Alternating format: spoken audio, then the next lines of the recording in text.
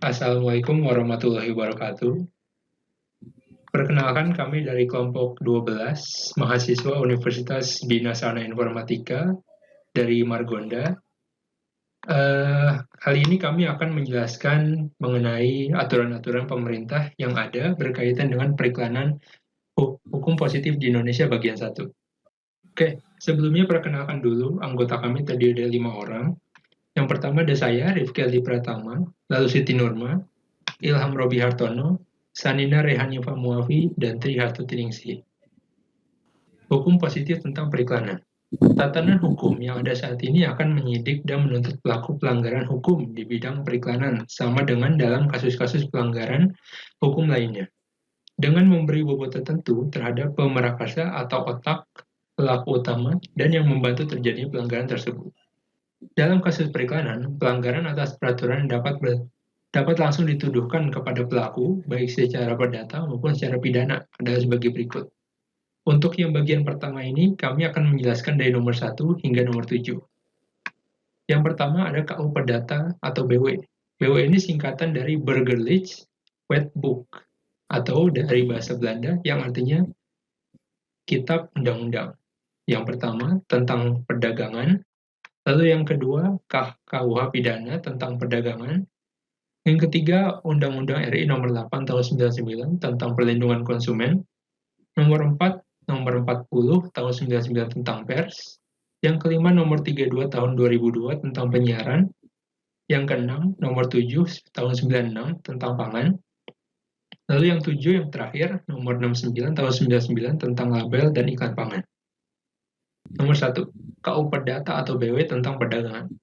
Pasal 1473 BW.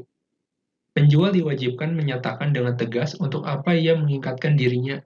Segala janji yang tidak terang dan dapat diberikan berbagai pengertian harus ditafsirkan untuk kerugiannya. Pasal 1474 BW. Penjual mempunyai dua kewajiban utama, yaitu menyerahkan barangnya dan menanggungnya.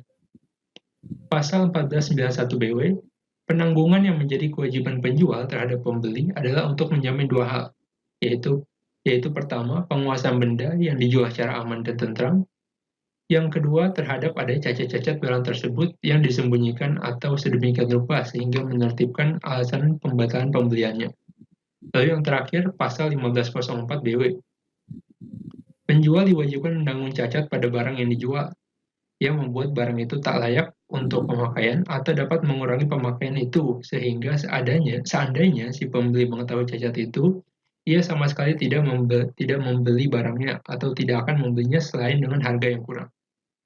Lalu yang kedua ada KUH Pidana tentang perdagangan. Barang siapa untuk mendapatkan, pasal 382 bis, barang siapa untuk mendapatkan, melangsungkan, atau memperluas hasil perdagangan atau perusahaan milik sendiri atau orang lain, melakukan perbuatan curang atau menyesatkan khalayak umum atau seorang tertentu, diancam jika perbuatan itu dapat menimbulkan kerugian bagi konkuren-konkuren atau konkuren-konkuren orang lain karena persaingan curang, dengan pidana penjara paling lama 1 tahun 4 bulan atau dikenakan pidana denda paling banyak Rp13.500. Pasal 386 ayat 1. Barang siapa menjual, menawarkan, atau menyerahkan barang, makanan, atau minuman, atau obat, sedang diketahuinya barang-barang itu dipalsukan atau kepalsuan itu disembunyikan, dihukum penjara selama-lamanya 4 tahun. Lalu nomor 3 ada Undang-Undang RI nomor 8 tahun 99 tentang perlindungan konsumen. UU Perlindungan Konsumen nomor 8 tahun 99 merupakan landasan hukum yang kuat bagi pemerintah serta lembaga swadaya masyarakat yang peduli akan konsumen Indonesia untuk melakukan upaya pemberdayaan konsumen melalui pembinaan dan pendidikan konsumen secara merata. Pasal 9 ayat 1. Pelaku usaha dilarang menawarkan, mempromosikan, mengiklankan suatu barang dan atau jasa secara tidak benar. Dan atau seolah-olah yang A, barang tersebut telah memenuhi atau memiliki potongan harga khusus, standar tertentu, gaya atau mode tertentu, karakteristik tertentu, sejarah atau guna tertentu. Berikut ini ada contoh sebuah iklan yang biasanya kita temukan di toko swalayan maupun toko kelontong. Nah, biasanya para pelaku usaha yang tidak jujur akan berlindung di balik kata-kata persediaan sudah habis.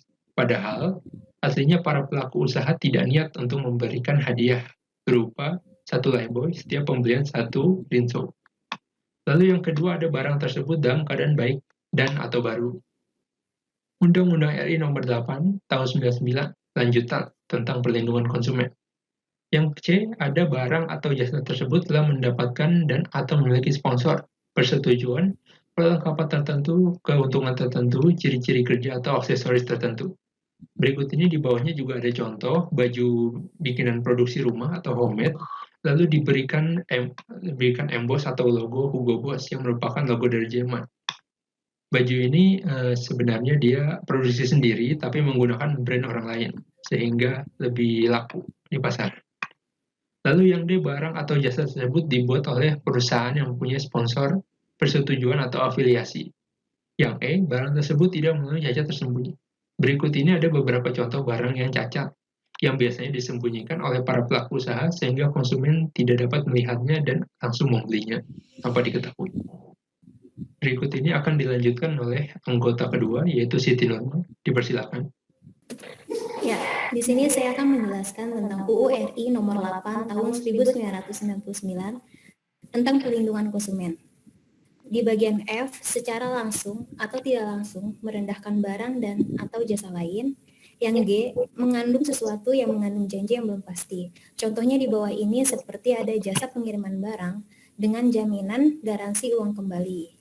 Terus yang kedua, barang dan atau jasa sebagaimana dimaksud pada ayat 1 dilarang untuk diperdagangkan. Yang ketiga, pelaku usaha yang melakukan pelanggaran terhadap ayat 1 dilarang melanjutkan penawaran, promosi, dan pengiklanan barang dan atau jasa tersebut. Kemudian di sini ada pasal 10, yaitu pelaku usaha dalam menawarkan barang dan atau jasa yang ditujukan untuk memperdagangkan dilarang menawarkan, mempromosikan, mengiklankan, atau membuat pernyataan yang tidak benar atau menyesatkan mengenai A, harga atau tarif suatu barang dan atau jasa. B, kegunaan suatu barang dan atau jasa. C, kondisi, tanggungan, jaminan, hak atau ganti rugi suatu barang dan atau jasa. Contohnya di sini adalah kualitas makanan, misalnya tahan 5 hari padahal 3 hari. Untuk contoh lain kita ibarat kita membeli roti.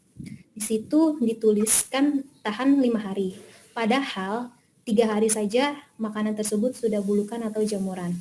Yang kedua, tawaran potongan harga dan atau hadiah yang menarik ditawarkan. Contohnya di bawah ini adalah hadiah produk tidak tersedia. Di sini contohnya ada sirup. Jika solusi Ibu Pintar itu akan mendapat gratis sirup. Contoh lain itu kita bisa ibarat sabun.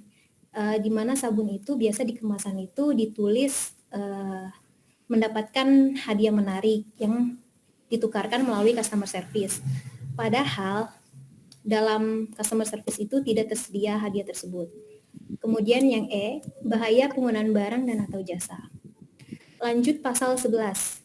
Pelaku usaha dilarang menawarkan, mempromosikan, atau mengiklankan suatu barang dan atau jasa dengan harga atau tarif khusus dalam waktu dan jumlah tertentu. Jika pelaku usaha tersebut tidak bermaksud untuk melaksanakannya sesuai dengan waktu dan jumlah yang ditawarkan, dipromosikan, atau diiklankan. Di bawah ini saya berikan contoh seperti iklan pizza, di mana iklan pizza ini melakukan promo khusus hari ini saja. Namun, dalam iklan tersebut tidak dilaksanakan dengan alasan tertentu, seperti promonya sudah habis, atau seperti di poster ini tuh tidak ditulis syarat dan ketentuan sudah sebagai macam. Kemudian pasal 13.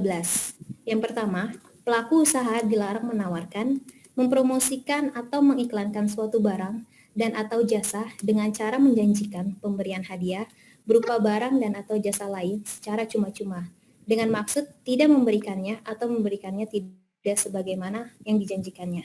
Seperti di bawah ini ada contoh iklan kopi dengan promo beli 2 gratis 1.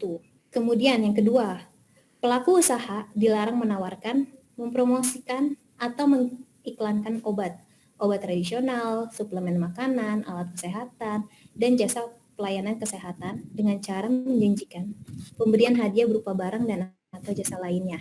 Seperti contoh di bawah ini ada sayembara COVID-19. Barang siapa yang bisa menyembuhkan dan bisa menghilangkan COVID-19 akan dapat 10 sepeda motor. Kemudian pasal 17. Yang pertama, pelaku usaha periklanan dilarang memproduksikan iklan yang A. Mengelabui konsumen mengenai kualitas, kuantitas, bahan, kegunaan, dan harga barang, dan atau tarif jasa, serta ketepatan waktu penerimaan barang dan atau jasa. B. Mengelabui jaminan atau garansi terhadap barang dan atau jasa. Yang C. Memuat informasi yang keliru, salah, atau tidak tepat mengenai barang dan atau jasa. D. Tidak memuat informasi mengenai risiko pemakaian barang dan atau jasa. E. Mengeksploitasi kejadian dan atau seseorang tanpa seizin yang berwenang atau persetujuan yang bersangkutan. Yang F. Melanggar etika dan atau ketentuan peraturan perundang-undangan mengenai periklanan. Yang kedua, pelaku usaha periklanan dilarang melanjutkan peredaran iklan yang telah melanggar ketentuan pada ayat 1, yaitu pelaku usaha periklanan dilarang memproduksikan iklan yang tadi saya sebutin. Terus kemudian di sini ada pasal 20, yaitu pelaku usaha periklanan bertanggung jawab atas iklan yang diproduksi dan segala akibat yang ditimbulkan oleh iklan tersebut. Kemudian di sini ada sanksi administratif. Pasal 60 yang pertama adalah Badan Penyelesaian Sengketa Konsumen berwenang menjatuhkan sanksi administratif terhadap pelaku usaha yang melanggar pasal 19 ayat 2 dan ayat 3. Kemudian pasal 20, pasal 25 dan pasal 26. Yang kedua, sanksi administratif berupa penetapan ganti rugi paling banyak yaitu 200 juta rupiah. Yang ketiga, tata cara penetapan sanksi administratif sebagaimana dimaksud pada ayat 1 diatur lebih lanjut dalam peraturan perundang-undangan. Kemudian di sini saya akan membacakan tentang sanksi pidana, yaitu pada pasal 61, penuntutan pidana dapat dilakukan terhadap pelaku usaha dan atau pengurusnya. Kemudian pasal 63, terhadap saksi pidana sebagaimana dimaksud dalam pasal 62, dapat dijatuhkan hukuman tambahan berupa A. Perampasan barang tertentu, B. Pengumuman keputusan hakim, C. Pembayaran ganti rugi, D. Pemerintah penghentian kegiatan tertentu yang menyebabkan timbulnya kerugian konsumen, E. Kewajiban penarikan barang dari peredaran, atau F. Pencabutan izin usaha. Kemudian pasal 62, yang pertama, pelaku usaha yang melanggar ketentuan sebagaimana dimaksud pada pasal 8, 9, 10, 13 ayat 2, pasal 15, pasal 17 ayat 1 huruf A, B, C, dan E.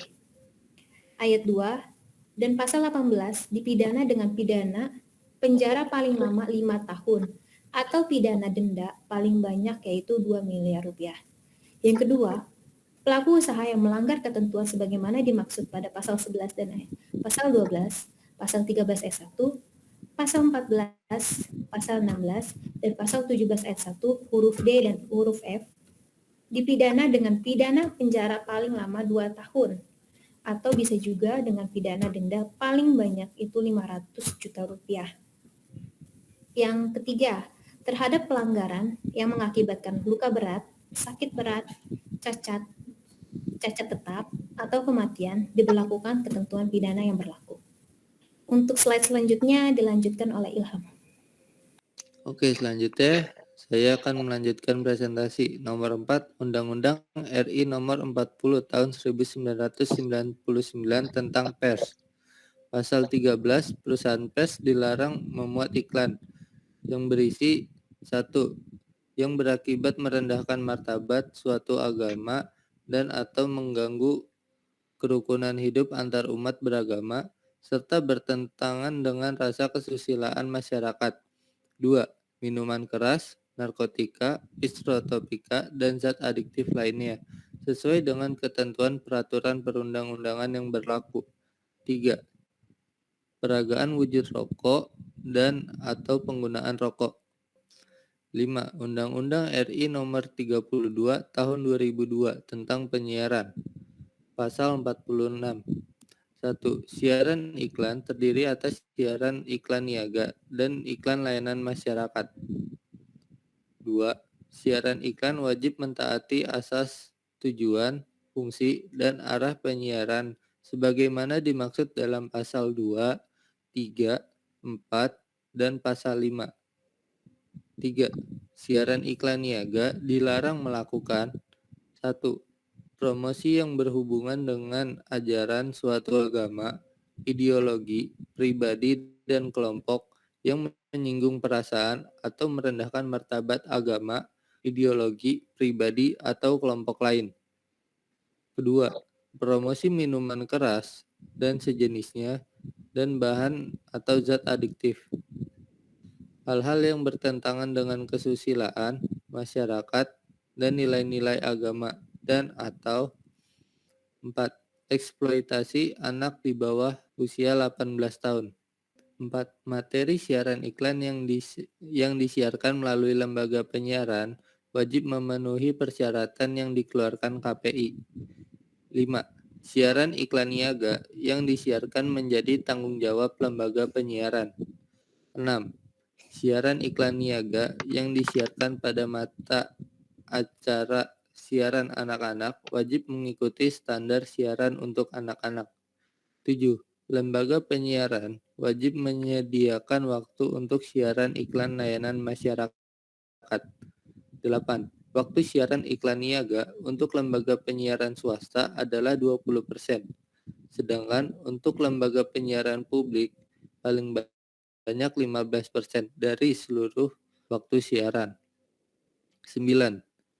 Waktu siaran iklan layanan masyarakat untuk lembaga penyiaran swasta sekurang-kurangnya 10% dari siaran iklan niaga, sedangkan untuk lembaga penyiaran publik adalah 30% dari siaran iklannya. 10. Waktu siaran lembaga penyiaran dilarang dibeli oleh siapapun untuk kepentingan apapun, kecuali untuk siaran iklan. 11. Materi siaran iklan wajib menggunakan sumber daya dalam negeri. 6. Undang-Undang RI Nomor 7 Tahun 1996 tentang Pangan. Pasal 33. 1. Setiap label atau iklan tentang pangan yang diperdagangkan harus memuat keterangan mengenai pangan dengan benar dan tidak menyesatkan. 2. Setiap orang dilarang memberikan keterangan atau pernyataan tentang pangan yang diperdagangkan melalui, dalam dan atau dengan label atau iklan apabila keterangan atau pernyataan tersebut tidak benar atau menyesatkan. Pasal 34. Setiap orang yang menyatakan dalam label atau iklan bahwa pangan yang diperdagangkan adalah sesuai dengan persyaratan agama atau kepercayaan tertentu, bertanggung jawab atas kebenaran pernyataan berdasarkan pernyataan agama atau kepercayaan tersebut.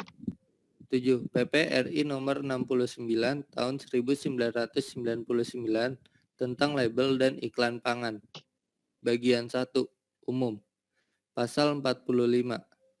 1. Setiap orang yang memproduksi dan atau memasukkan ke dalam wilayah Indonesia pangan untuk diperdagangkan dilarang memuat pernyataan dan atau keterangan yang tidak benar dan atau yang dapat menyesatkan dalam iklan. 2. Penerbit, pencetak, pemegang izin siaran radio atau televisi, agen atau medium yang mempergunakan untuk menyebarkan iklan turut bertanggung jawab terhadap isi iklan yang tidak benar, kecuali yang bersangkutan telah mengambil tindakan yang diperlukan untuk meneliti kebenaran isi iklan yang bersangkutan. 3. Untuk kepentingan pengawasan, penerbit, pencetak, pemegang izin siaran radio atau televisi, agen dan atau medium yang dipergunakan untuk menyebarkan iklan dilarang merahasiakan identitas, nama dan alamat pemasang iklan. Selanjutnya akan dilanjutkan oleh teman saya, Sanina. Baik, saya akan melanjutkan klasifikasi. PPRI nomor 9 tahun 1999 tentang label dan iklan pangan. Pasal 47. Iklan dilarang dibuat dalam bentuk apapun untuk diedarkan dari atau disebarluaskan dalam masyarakat dengan cara mendiskreditkan produk pangan lainnya.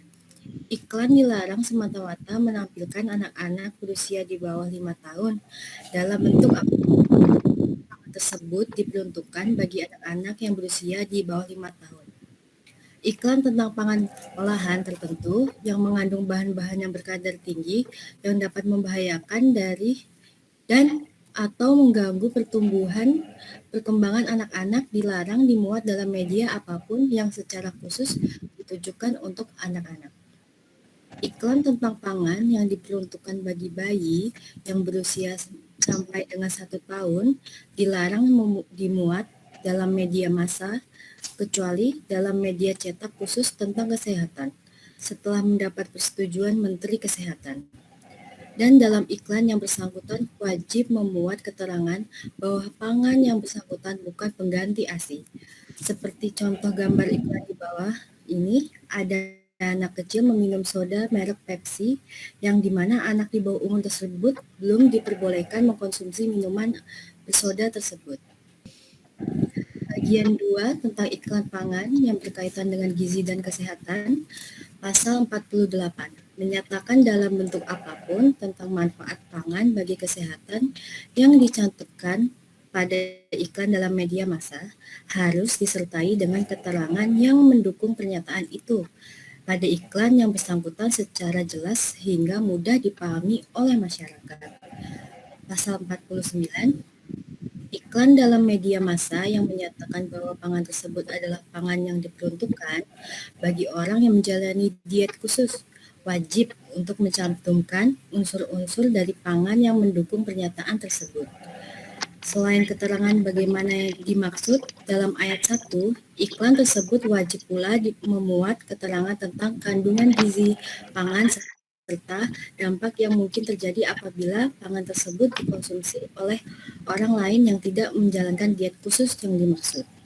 Pasal 50, iklan dilarang memuat keterangan atau pernyataan bahwa pangan tersebut adalah sumber energi yang unggul dan secara memberikan kekuatan. Seperti contoh iklan di bawah, ada yang menyatakan bahwa permen pendekar biru yang dimakan dapat memberikan kekuatan super. Itu tidak benar dan tidak bisa terjadi. Iklan yang seharusnya adalah memberikan informasi yang sesungguh-sungguhnya. Selanjutnya, presentasi akan dilanjutkan kembali oleh teman saya, Trihastuti Ningsih. Silakan. Di sini ingin menjelaskan pada bagian 3, iklan tentang pangan untuk kelompok orang tertentu. Pasal 51, iklan tentang pangan yang diperuntukkan bagi bayi dan atau anak berumur di bawah 5 tahun wajib memuat keterangan mengenai peruntukannya. Selain keterangan sebagaimana dimaksud pada ayat 1, iklan dimaksud harus pula memuat peringatan mengenai dampak negatif pangan yang bersangkutan bagi kesehatan. Pasal 52, iklan tentang pangan olahan yang mengandung bahan yang dapat mengganggu pertumbuhan dan atau kesehatan anak wajib memuat peringatan tentang dampak negatif pangan tersebut bagi pertumbuhan dan kesehatan anak. Pasal 53, iklan dilarang memuat pernyataan atau keterangan bahwa pangan yang bersangkutan dapat berfungsi sebagai obat. Bagian 4, iklan yang berkaitan dengan asal dan sifat bahan pangan. Pasal 54, iklan tentang pangan yang dibuat tanpa menggunakan atau hanya sebagian menggunakan bahan baku alamiah dilarang memuat pernyataan atau keterangan bahwa pangan yang bersangkutan seluruhnya dibuat dari bahan alamiah. Pasal 55, iklan tentang pangan yang dibuat dari bahan setengah jadi atau bahan jadi dilarang memuat pernyataan atau keterangan bahwa pangan tersebut dibuat dari bahan yang segar. Pasal 56, iklan yang memuat pernyataan atau keterangan bahwa pangan telah diperkaya dengan vitamin, mineral, atau zat penambah gizi lainnya tidak dilarang sepanjang hal tersebut benar dilakukan pada saat pengolahan pangan tersebut.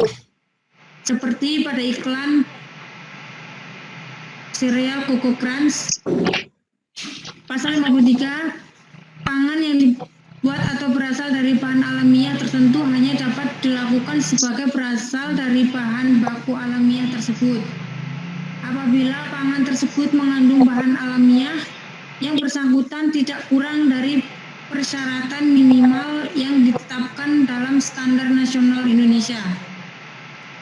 Bagian 5, iklan tentang minuman beralkohol. Pasal 57, setiap orang dilarang mengiklankan minuman beralkohol dalam media massa apapun, sebagaimana dimaksud dalam ayat 1 adalah minuman berkadar etanol C2H5OH lebih dari atau sama dengan 1/100. Cukup sekian presentasi dari kami. Semoga apa yang disampaikan bermanfaat. Wassalamualaikum warahmatullahi wabarakatuh.